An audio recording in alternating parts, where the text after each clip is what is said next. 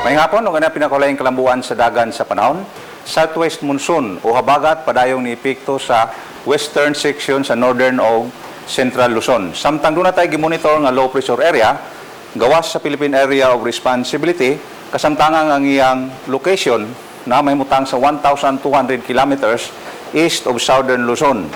Ipaabot kini nga masuod sa Philippine Area of Responsibility sa masunod nga 24 oras, pero base sa mga available data nato karon, maba ang kagayunan nga mahimong bagyo sa mga sunod nga mga adlaw.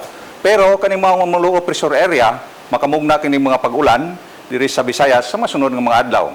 Sunod 24 oras ang silangang bahin sa Visayas makasinati og pagpanagom sa kalangitan inumanan sa mga katag nga mga pag-ulan ug panugdog o kilat tungod sa trough o extension sa low pressure area. Samtang ang nabiling bahin sa Visayas lakip na ang central o western Visayas makasinati og panagsang adto na sa pagkamanagumon ng kalangitan, hinubanan sa mga patak-patak ng mga pagulan o panugdog o kilat, labi na sa hapon o gabi, tungod sa localized thunderstorm.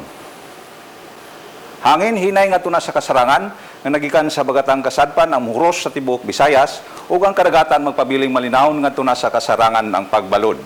Dagat, muhunas, karong alas 7:44 sa gabi, nga may gibubuon nga punto, 9 kilometros o mo taob, unyang alauna 43 sa kadlawon nga may gitas-on nga 1.18 ka metros.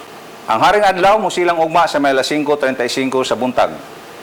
Para sa dugang detalye mahimong bisita sa atong official website bagong.pagasa.dost.gov.ph o sa mga social media accounts sa Pag-asa nga nakita sa inyong TV screen.